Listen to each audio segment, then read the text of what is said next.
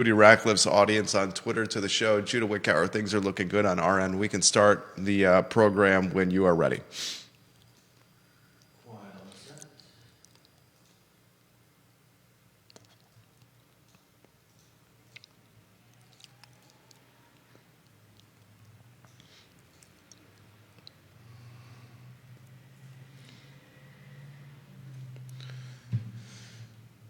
Good Tuesday morning, guys. My name is Jerry Miller, and thank you kindly for joining us on the Jerry and Jerry Show. This show at a studio in downtown Charlottesville, less than 2 miles from the John Paul Jones Arena in Scott Stadium. Scott Stadium, home to where Virginia football will have its last contest of the 2024 season. SMU visits Charlottesville. The Mustangs are a very good football program. They are currently 14 in the nation, and they are 9.5-point favorites. Saturday kickoff, 12 o'clock start, ESPN2. By now, you know it's no secret. Tony Elliott's program needs one more win to become bowl eligible. Those two games left on the schedule, SMU and the Virginia Tech Hokies in Blacksburg. A lot to unpack with Virginia football, including a pressing question that has the fan base divided. Should the head coach bench second-year Anthony Colandrea in favor of the veteran, Tony Muskett, for the last two games of the season? We'll talk about that with Hootie Ratcliffe. We'll also talk basketball. UVA at Tennessee, 11 in the nation, the Volunteers. A 9:30 tip-off on CBS Sports Network. Certainly Ron Sanchez's stiffest test yet of his very short head coaching UVA career.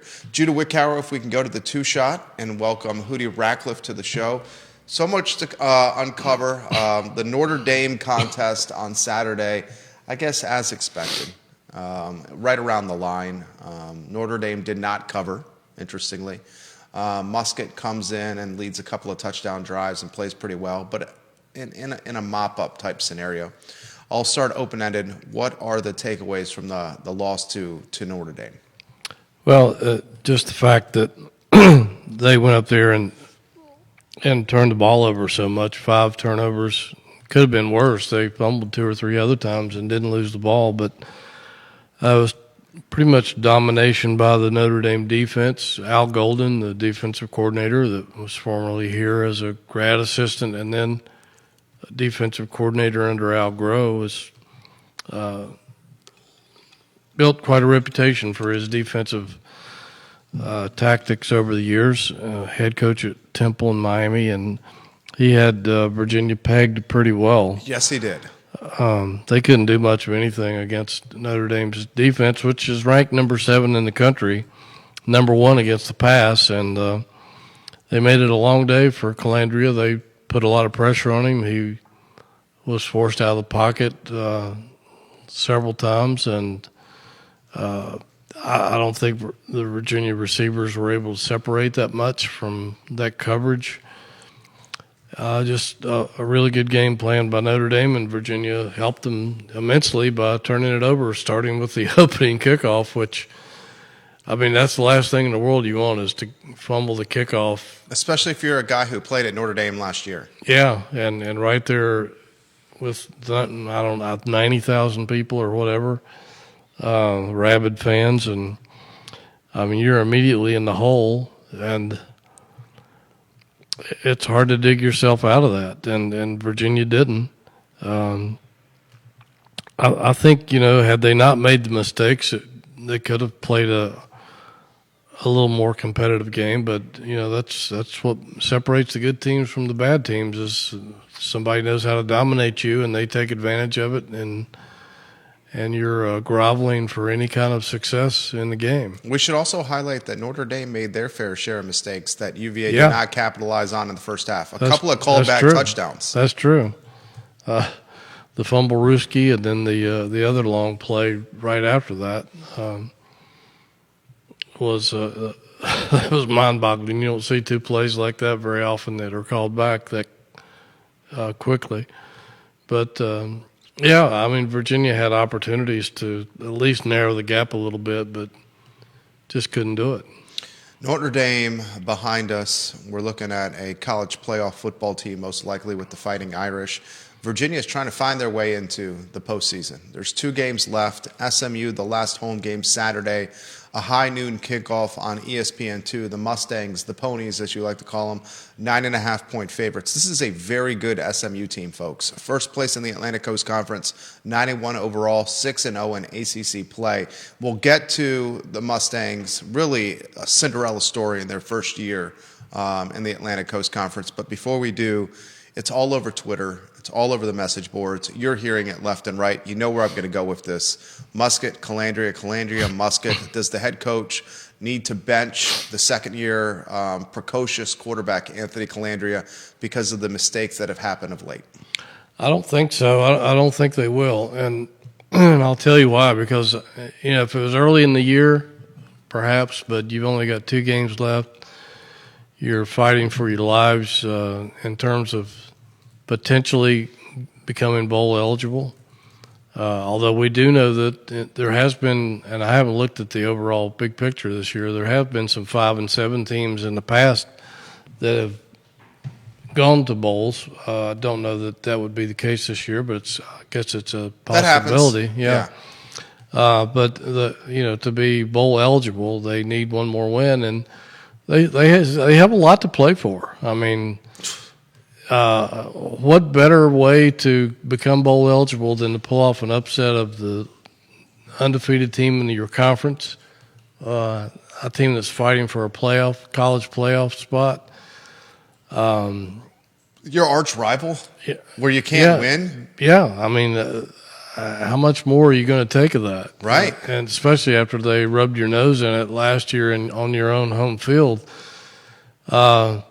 A lot to play for if you're a football player. I mean, these guys don't look at it the way some of us do from the outside. They believe they can win just about any game they play, and if you go there and tell them that they don't have a chance in these last 2 games, they're going to laugh at you because they believe that they can win, no matter what the odds are. And SMU has shown some vulnerability. They trailed Boston College last week, and Virginia beat Boston College. Boston College with their second-string quarterback. I mean, you have a fiasco with Boston College. Precisely. And there's been a couple other games where SMU had to come from behind to win. They had one game a couple of weeks ago where they turned it over, believe it or not, 6 times and didn't give up a point off of that, which is remarkable. But it's not like SMU's coming in as a Titanic heavyweight champion that can't be beaten. And it's a road game. It's here. Virginia has played fairly well at home most of the season. I think these guys have a fighting chance if they stop beating themselves. I agree 100% with everything you just said. Everything you just said. And the key, the aspect of what you said that just stood out to me was stop beating themselves. Colandrea now on the season's got 12 touchdowns, and he's got 11 interceptions. Yeah, he's second in the ACC in interceptions. Yeah. And it wasn't just Colandrea. There were fumbles. Right. There's been some tip balls, et cetera. He's third in the league in quarterback efficiency, passing efficiency, which is third from the bottom. That's not very good. I mean, he's was much better last year when he was pressed into action early. Maybe people didn't have the book on him, but with all his faults, excuse me, he still gives you a chance to win, I think. And well, you're still very high on Colandrea. I was so curious of how you would respond. Yeah, I just think he gives you the best chance to win. I know Muskett has performed well when he's come in, but again, the pressure was off in every circumstance. He had nothing to lose, and the other teams by that point probably have backed off a little bit. Colandrea is going to get everything full force because Mac Brown told us, and we already knew that the way to beat Virginia is to stop Colandrea, and everybody puts their entire defensive game plan together to do that. That doesn't mean that if you switch quarterbacks, they won't do the same thing to Tony Muskett. But I just think the way he's able to extend plays with his legs, he still has a big arm. He played pretty well against Pitt in that upset a couple of weeks ago. I just don't see the benefits of putting him on the bench right now, because you've got 2 games left, 2 games that you have chances in, even though you're going to be an underdog in both. I just think that when they lay all the cards out on the table in their coaches' meetings, they're going to realize, if they haven't already, that Colandrea gives them the best chance to win these games. And coaches aren't stupid. They're going to play the guys who give them the best chance to win. That's what it's all about. Multiple people asking a version of what Kevin Yancey is asking of Waynesboro. He says, is there going to be a quick hook? Kevin Yancey says, give Colandrea the start, give them 2 series. If nothing happens, if nothing clicks, or if there's a turnover, then you use the quick hook on Colandrea. Yeah, I think he'll be on a shorter leash. And if he would commit a turnover early, that might be enough to pull him. But I think you've got to give him a chance to see if he can get something going, just because, again, he beat Pitt. That wasn't an easy thing to do. And I just think that's your best chance to win a football game. Kevin Higgins in Greenwood. We appreciate both Kevins. He says, the University of Virginia better be prepared to throw the ball effectively against SMU. SMU has kept opponents to only 10 rushing first downs this season out of 10 games. Yeah, they're for real. There's no question about it. SMU is number 1 in the ACC in stopping the run. They're giving up 99 yards rushing per game. They're number 2 in the ACC in rushing the ball themselves. So a lot of times, if you'll pay close attention to that, teams that run the ball well usually are really good at stopping the run. And that's the case with this team. Because they practice against each other. Exactly. They're averaging about 40 points a game, and they're giving up 22. They're number 8 in the ACC in passing, and number 13 in the nation. In the ACC in stopping and defending the pass. So they have some vulnerability in the pass defense. So.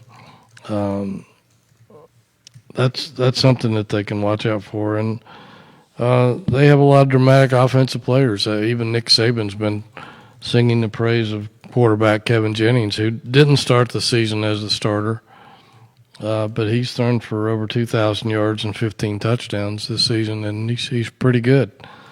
They have a good running back, Smith Brashard, 1,000-yard rusher, and 3 or 4 really good receivers. Keyshawn Smith, 415 yards, 4 touchdowns, 25 catches. Got a really good tight end, R.J. Maryland. He has 24 catches, 359 yards, 4 touchdowns. So they have a lot of weapons. But again, they're number 13 in the league out of 17 teams in defending the pass, so there might be something there that Virginia can exploit. This SMU football team, if I had told you in the beginning of the season that they would be 9-1, that they would be 6-0 in conference play, and the 14th ranked team in the nation, would you have bought it?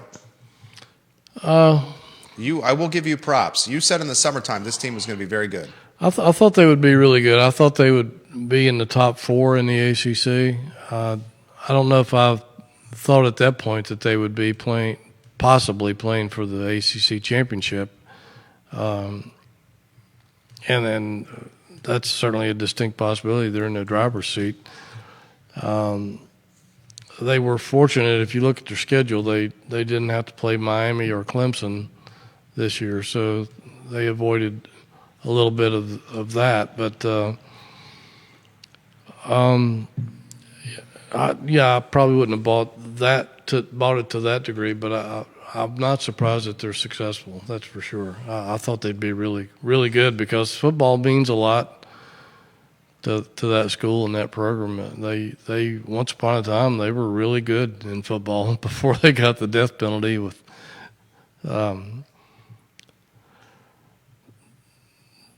with some of the really good running backs that they had, Craig James and the big guy. What's his name? I can't think of it. Is that Dickerson? Yeah, Eric Dickerson.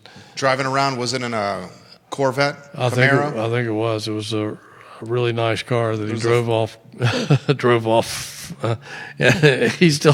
He laughs about it today that Craig James was always helping him shine his car, and they laugh about it because everybody knows that was against the rules, a gift. Yeah, it was against the rules. Craig James goes on to become a fabulous broadcaster as well.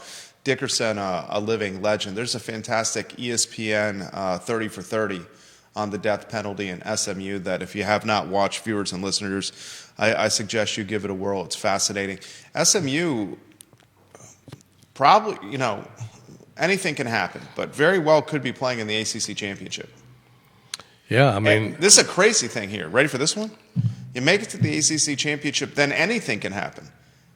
SMU could be in the college football playoffs. Yeah, they're just right outside as we speak. 14th, I think, or maybe 13th. I'm not sure, but they're just waiting for somebody above them to fall, and which at this time of the year is pretty likely that somebody's going to. So all they have to do is keep winning and see what happens, and they could be in the playoffs in their first year in a Power 4 conference. 13th in the AP Top 25. SMU is 12 in the coaches poll. So this is a very good football team, ladies and gentlemen. What do you make of the 9.5-point line, and then what do you make from a keys to victory keys to victory for Virginia? Yeah, Virginia's been really good against the spread this year, from what I understand. I don't bet on games, but I kind of think Virginia might cover this week.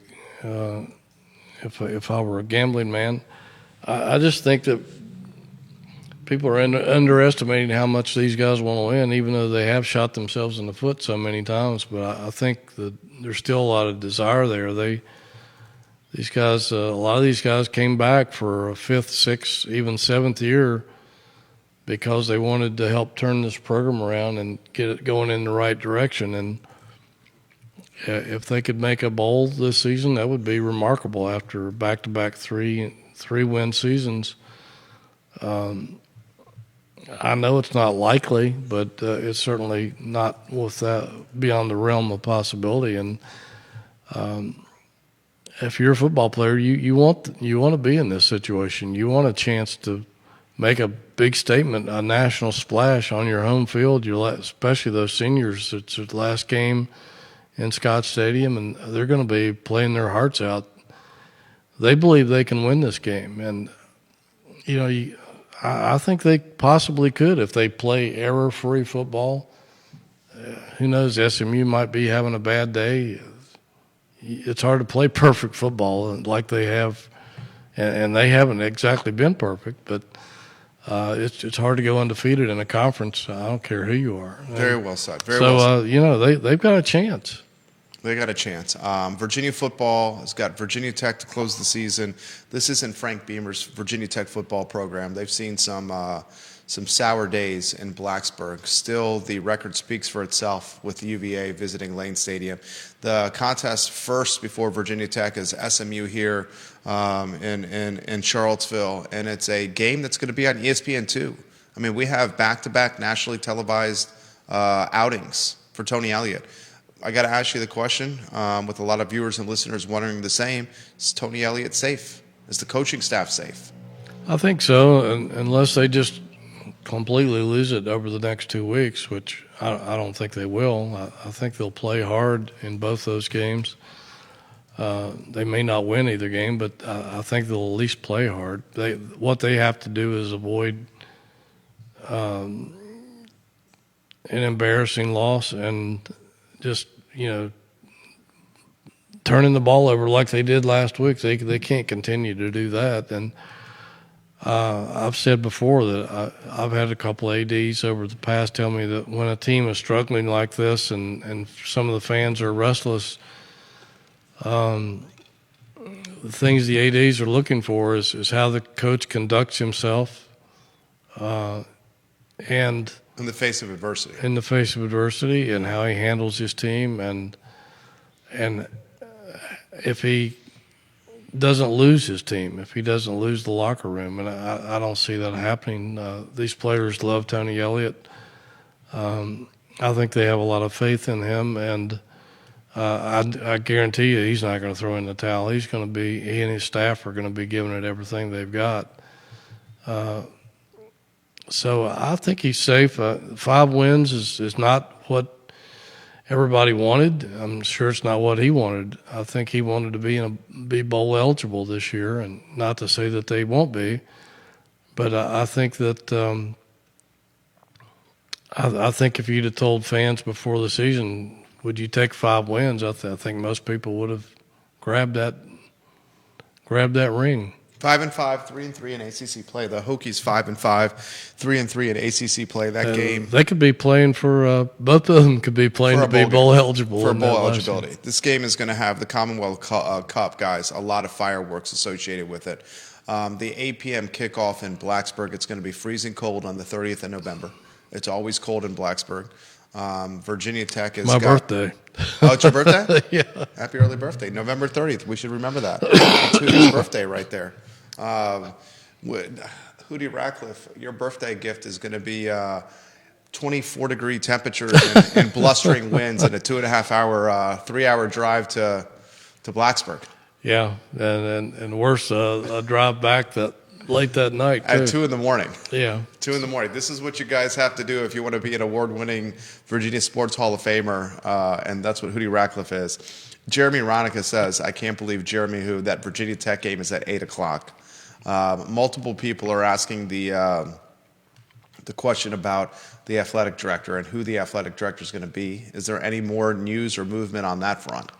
I haven't heard anything at all, and which is not a surprise because Virginia's really mum about such things, and it's difficult to get information from people. We still keep probing, and but I haven't heard of any rumors since last week's show. So sometimes things like this take time, but to ratify themselves one way or the other. So we'll just keep asking questions and keeping our ear to the grapevine and see what we can find out. But no news, no rumors of that I can gather that have been out there. This question comes in from Richmond. Who do you think they're going to become bowl eligible? Wow. It's a challenging question. I mean, the odds are no. Right. Certainly, if you're a 9.5-point favorite, underdog to an undefeated team in the conference, a team that's only lost one game, and that was to BYU, I think, early. I mean, the odds of beating them are not very good, and certainly I can't pick them to win in Blacksburg until I see them win in Blacksburg, and I did see them win in Blacksburg 26 years ago. Man, think about that, 26 years. Yeah, every time I look at my oldest granddaughter, that's an automatic reminder because she was born about a month before that game was played, and so that was 1998. And one of the greatest comebacks in UVA football history with Aaron Brooks and Thomas Jones. Ahmad Hawkins made that the catch, famous catch. Yeah. They were beaten at halftime and came back, and I think Anthony Poindexter gave a fiery speech at halftime that got the team fired up. But, I mean, until I see him do it again, it's awful. I can't pick them to win in Blacksburg. It's just that would be stupid. SMU did lose to BYU 18-15 in week 3. So this is a good SMU football team. The point Hootie made should be a point that stands out. SMU has not played Clemson or will not play Clemson or Miami, although they still have California on the schedule. Cal's a terrible football team, 5-5, 1-5, and but they played a lot of close games. They beat Pitt. They beat Louisville. TCU they blew out.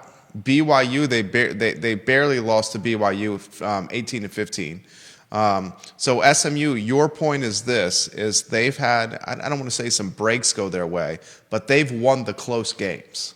They have, and that's what good teams do. They find a way to win.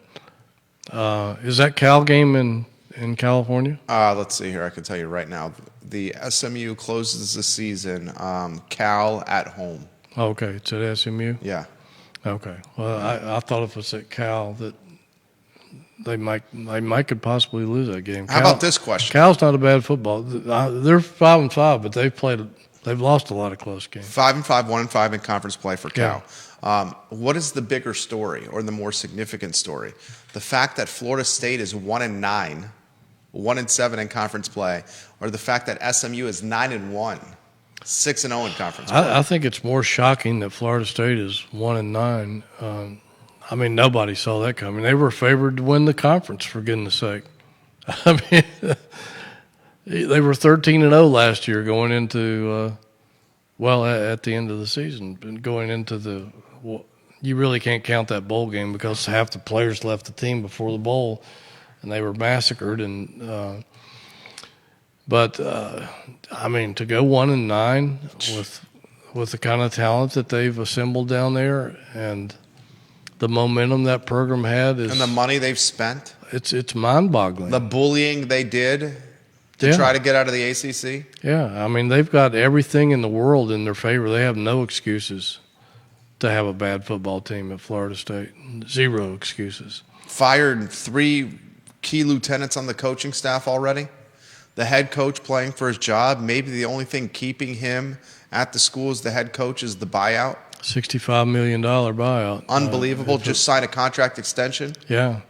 You have to look at the administration for that. I mean, they went through, 2 or 3 coaches in a matter of 5 or 6 years, not too long ago, before they brought in Norville. And had to pay massive buyouts to get rid of those guys. And now they give him a contract extension like that. But at that point, though, he did deserve it.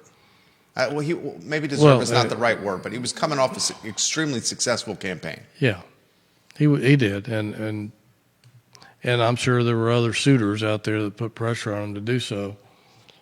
But still, I don't know. You're putting yourself in a bind there a little bit. Maybe you don't make the buyout. Well, maybe they didn't have any choice to make the buyout any less than that because of how he negotiated his agents. Yeah, but. To me, that's the most shocking story in the whole nation, really, in major college football. SMU, we knew they were going to be good. We didn't know they were going to be quite this good, but it's not a shock that they're 9-1. I'm surprised that they have gone 9-1. You thought they would have maybe lost another game somewhere along the way. But to me, Florida State, that's the biggest story in college football, and not just this year, but in the last several years. How would you characterize the Atlantic Coast Conference top to bottom? Let's go by the AP rankings. You got Miami at 11, SMU at 13, Clemson at 17. Then you got some receiving votes in the mix: Louisville, Pittsburgh, Syracuse, Duke, Georgia Tech, and receiving votes. How do you characterize the Atlantic Coast Conference? I think the league is better than it has been. It doesn't have the flash or the powerhouse teams that has had showcased some in the past years, but top to bottom, some of the lower tier teams can jump up and bite you if you're not careful. We've seen that over the past month or so. I think Narduzzi was talking about that the other day, and somebody else too was talking about how the worst teams in the league can still beat you. And so, didn't Stanford just beat Louisville, right? I'll take a look at that. Stanford was terrible, and they beat Louisville, and I don't think it was even, well, maybe it was close, but Louisville goes in and dominates Clemson in a night game at Clemson. There's been example after example. Virginia beating Pitt on the road. 38-35, Stanford over Louisville. Yeah, there's been a lot of the lower tier teams have jumped up and beaten some of the better teams in the league. So I think it's a good league in terms of balance from top to bottom. They just don't have the powerhouse teams that put you on the national map like they might have had in some years past. Jeremy Hu says, I think the Who's blew their bold chances weeks ago. Jeremy Hu, unfortunately, I think you are right, but my fingers are crossed, and the fan in me hopes that you are wrong. I appreciate your comment either way, Jeremy Hu, and we love when you watch the program. I think he's probably right. I think you're right. I think they did. I think they should have beaten Louisville, and there was another game that they should have won. Don't have my schedule in front of me right now, but there was a couple of coaching decisions in one of those games that I thought that hurt them badly and possibly cost them a bowl game. I can't remember if it was the Louisville game or another game. Maryland game. Could have beaten Maryland. Yeah, could have beaten Maryland, could have beaten Louisville. The Clemson, North Carolina, and Notre Dame games were blowouts. Right. Here's an intriguing question for you. At 5-5 UVA, 5-5 Virginia Tech, both teams also have identical 3-3 conference records. How would you compare and contrast those two programs? Their trajectories. Which one's heading in the right direction? Which one's heading in the wrong direction? Which is the better team? Well, I think they're both in the same boat right now. I think Tony Elliott had a deeper hole to climb out of, and certainly has had some circumstances that nobody else in college football history has had to deal with that set the program back. But if looking at it from outside as a neutral party, if I'm a Tech fan or a Virginia fan, I would be more disappointed if I were a Tech fan right now because their program has been better. Although if you look at their records over the past, Danny Neckel had a great stat the other day, and I don't have it in front of me right now, but I can't remember the time period, maybe 5 years, last 5 years, something like that. I'll find it for you. Tech only has, I think, maybe one more win than Virginia does, and maybe has more losses. I'm not sure. But so if I'm a Tech fan, considering the recent histories of those two programs, I would be much more disappointed if I were a Tech fan right now. And they were supposed to be really good this year. A lot of people had them on the outside looking in for the ACC championship game, or at least being a contender for one of those top two spots. But I think they're both in a hole right now, and I don't know what it's going to take to climb out of it. I'm not as familiar with Tech's program, obviously, as I am Virginia's. Virginia's got to find a better way to recruit, and I can't remember if we talked about this on the show last week or not, but when Mark Richt asked Tony Elliott. We talked about it last week. Yeah, I thought we might have. He asked him about how he's handling the portal, and This was in the ACC post-game coverage. After the Pitt game. After the Pitt game. Yeah, after the upset. And Coach Elliott said that the way he's negotiating or maneuvering his way through the portal is signing grad students, and that dramatically shrinks your talent pool. I mean, not only dramatically shrinks your talent pool, dramatically diminishes the runway of the player in the program. Yeah, because eligibility-wise, you got him here for 1 year. You can't develop him. I mean, you hope. Look at the Harvard tight end. We'd love to have that kid for years. Oh my God, yeah, he's terrific. I think he might be playing on Sundays. Same. But that doesn't always pan out. Some of these guys come here and do well, and some of them really don't do much of anything. But it's awfully hard to continue to build your program with that method, as opposed to your opponents who are getting underclassmen and some dramatic players through the portal. And if you can't do that, you're handcuffed. Simple as that. And the point was made by Coach Elliott, and Rick already knew this answer because he was very familiar with the interviewing process at UVA. Right. That they cannot take.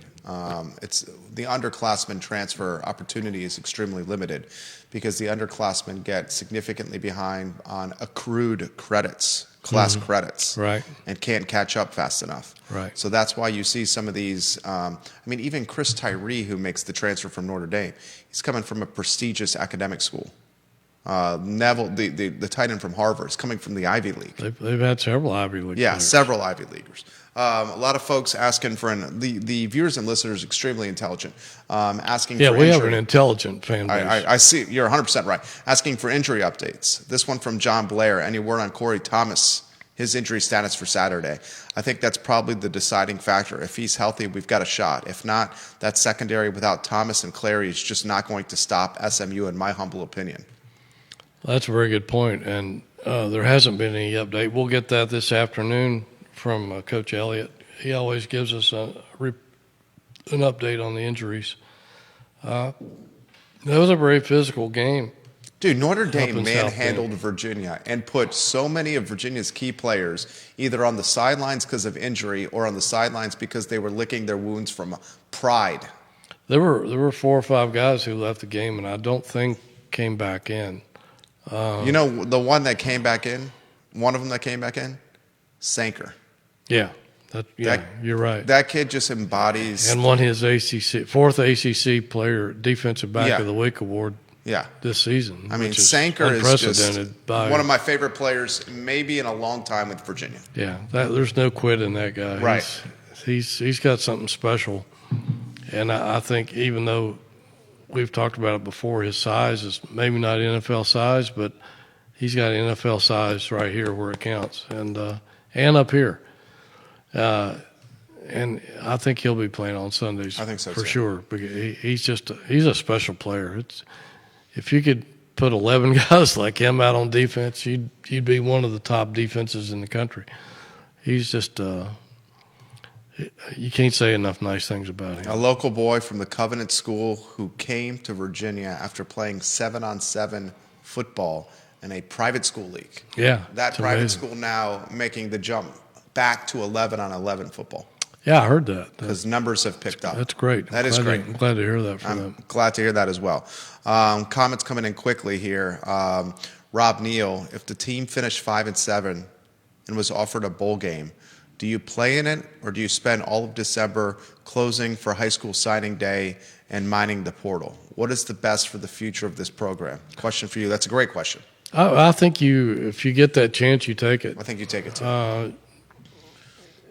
Some game experience. Yeah, it's game. And not only is it game experience, but it's practice experience too. Coaches will tell you that one of the best benefits of going to a bowl is essentially it's almost like having another spring practice. And it helps you develop some of the younger players and bring along some of the other guys that are on your depth chart. And that would be very helpful for Virginia because they lose a huge portion of their roster after this season. I think there's 40-plus players who might be gone. That's what really concerns me about this team. Yeah, there's a lot of the talent is gone after this season. And that's what also really concerns me, frankly, about Colandrea. Colandrea is going to have 2 years of eligibility remaining. He'll have a lot of suitors. He'll also see that the roster is going to be, super thin unless they can do something in the transfer portal.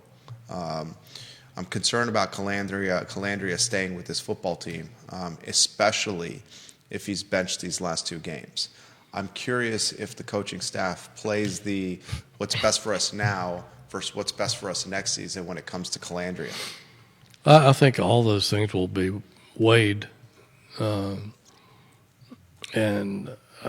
again, I think that they will go in favor of Colandrea. I don't have any inside information. I'm just going off my years of experience and Tony Elliott thinking said, like a coach thinks because I have as many coaches as are friends of mine and I've gotten to know over the years. I tend to know how a lot of them think, and I think He also that's said what they'll do. post game he didn't want a controversy. Yeah, exactly. Yeah.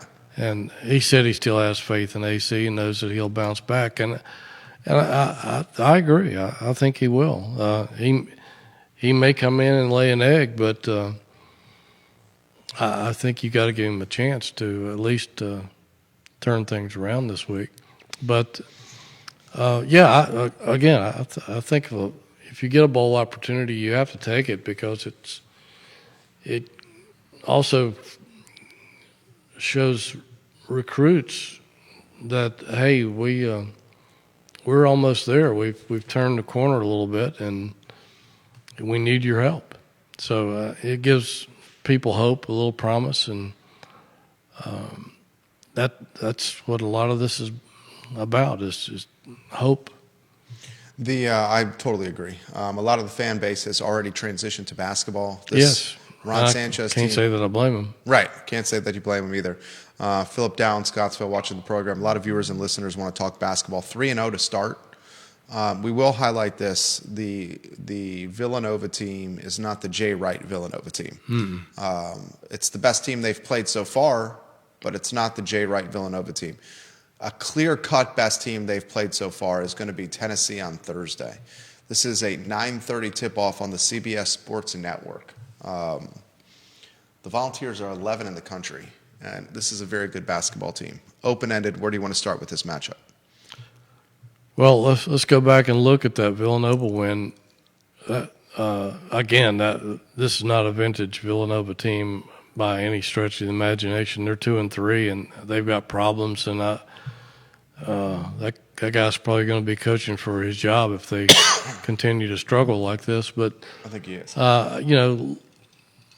The thing that Virginia did was what you're supposed to do against teams that aren't as good as you. They dominated, and Virginia's defense played awesome, I thought. Villanova had a really tough time finding shots, getting good shots.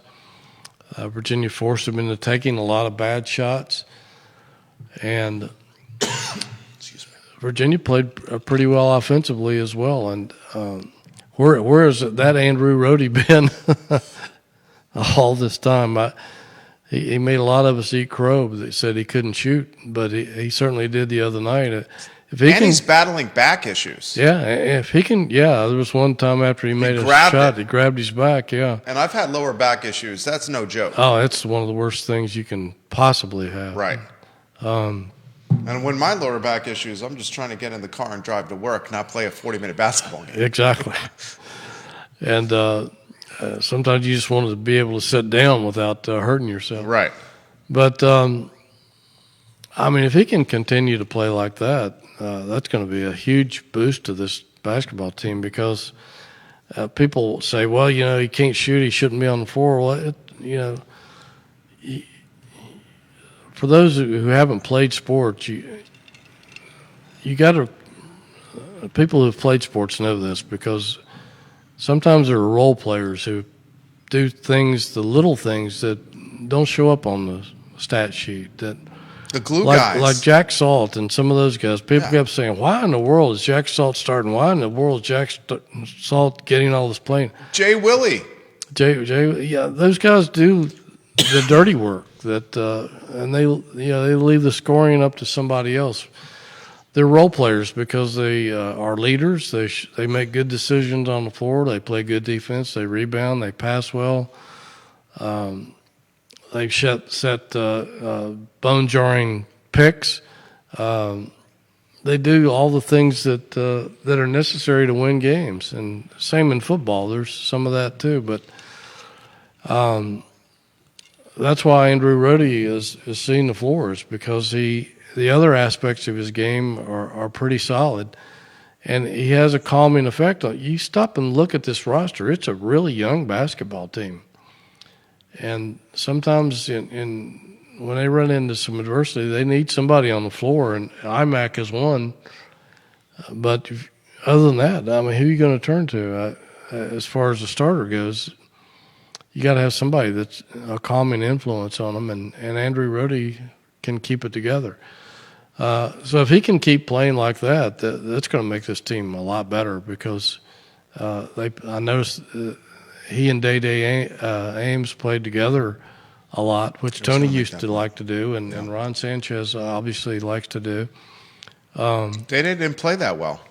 Yeah. Day had some turnovers. Yeah. 4 turnovers and only 1 dime for the Kansas State transfer. Rhodey, 13 points. Rhodey, 3 rebounds, 4 assists, 1 steal, and probably in Sanchez's eye, most importantly, only 2 turnovers, a 2-to-1 assist-to-turnover ratio for Rhodey. He goes 3 of 5 from downtown, 5 of 8 from the field, and he was the calming influence that you 100% said accurately for this team. A couple things that have stood out to me this season. First, the Villanova game. He shortened the bench a little bit. Played 8 players against Villanova. You may start seeing this, the guys who are getting minutes kind of being figured out here with Kofi and Sharma and Rhodey off the bench, with Buchanan, Saunders, Power, Day, and McNeely in the starting lineup.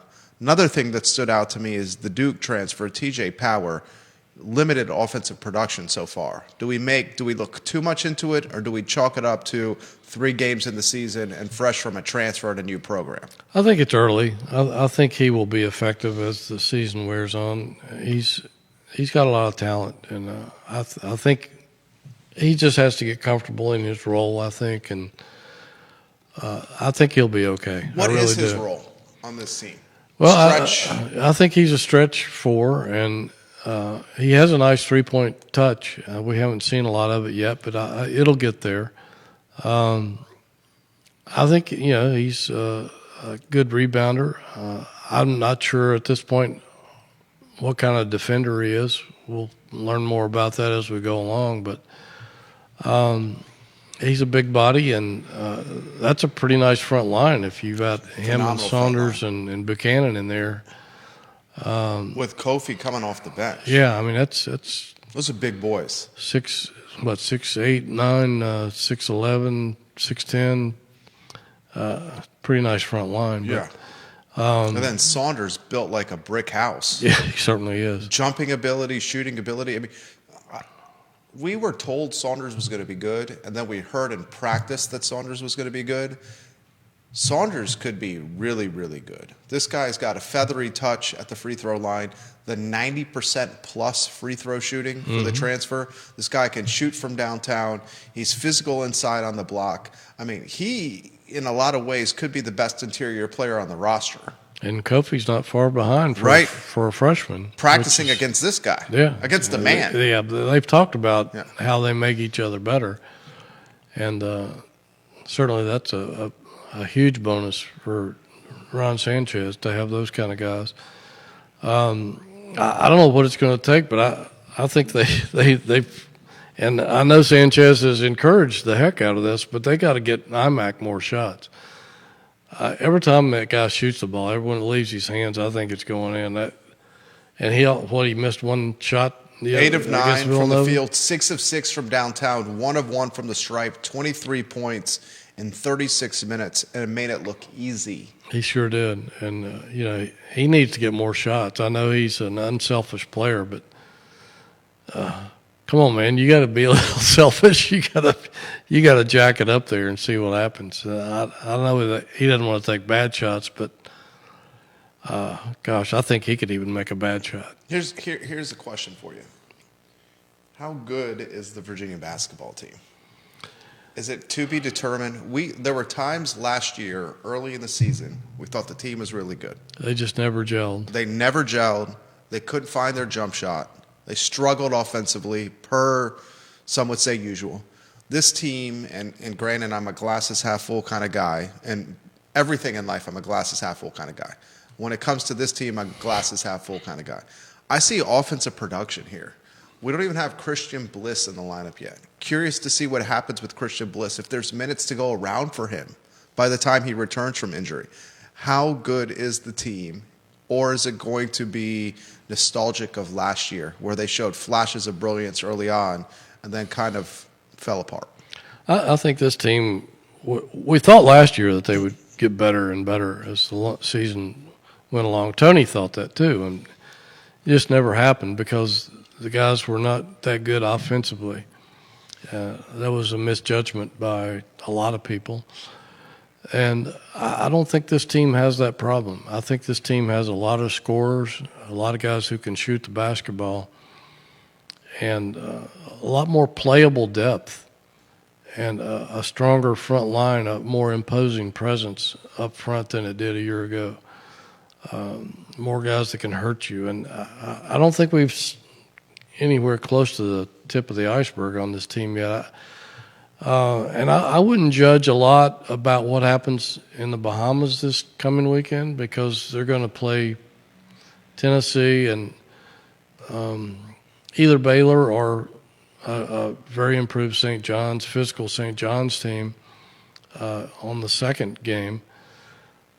And, if they lose one game or two games, I don't think it's that big a deal. I think it's going to be a learning experience for these guys so they can handle the rest of the schedule and see where they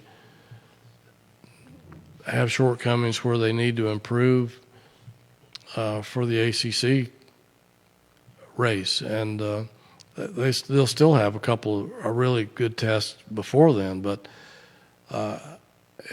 if they come out of that 1-1, I think that's a big feather in their cap.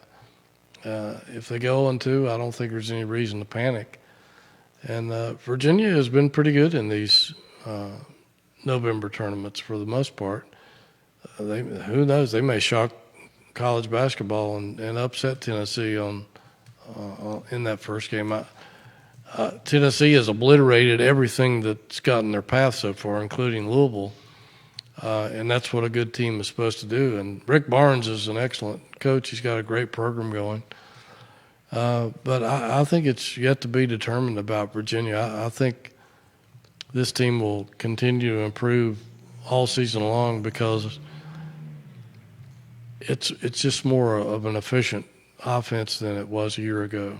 And I think a better defensive team than a year ago. Tennessee 4-0 overall. They beat Louisville 77-55. A win over Gardner-Webb, a win over Montana, a win over Austin Peay. They got this Virginia team that's trying to find a little bit of an identity and trying to show the conference and the fan base in the world that it's a very good team.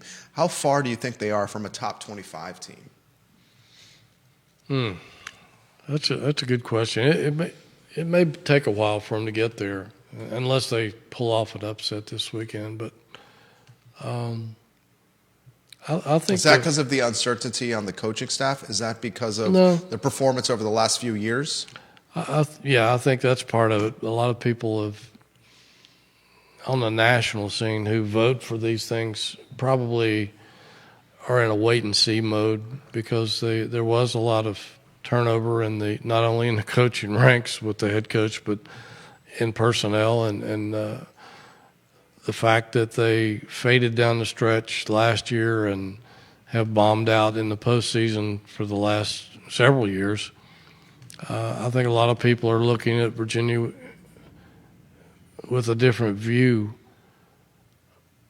at this point. I think it's proved to us that you're worthy, and I think this team probably will at some point. I don't think there's any hurry to do that, but I think by the time ACC play rolls around, they might have a chance at breaking into the top 25. Jerry Ratcliffe, namesake, website jerryratcliffe.com. What you have in the hopper? He's going to the press conference today. Tony Elliott. You got a busy couple weeks here, Hootie. Yeah, we do. SMU will be all over that, obviously, and starting with today's press conference, there'll probably be lots of news coming out of there. So we encourage you to look at our website, and we'll be keeping an eye on the basketball. We're here in November, and it's a busy time of the year. We'll also have reports on Virginia's Olympic teams that are still alive, women's basketball. A little special story about a kid who lives up here in Forest Lakes, a 9-year-old who signed I was there for the signing the other day. He signed a scholarship with Virginia's baseball team with the Team Impact program. Great kid, and we'll be having a little report on that. I was going to do it over the weekend, but I was a little under the weather, so I didn't get a chance to do it. But a lot of stuff on our website this week. JerryRatcliffe.com. I'll say it again, JerryRatcliffe.com. I'm on his website 2 or 3 times a day at least. Follow him on Twitter, where he positions a lot of fantastic content. The star of the Jerry and Jerry Show and the Virginia Sports Hall of Famer, Judah Wickhauer behind the camera. The Tuesday edition of the program archived on every social media platform possible and wherever you get your podcasting content. Thank you kindly, guys, for joining us on the Jerry and Jerry Show. So long. Nice and done, Hootie. A lot of activity today.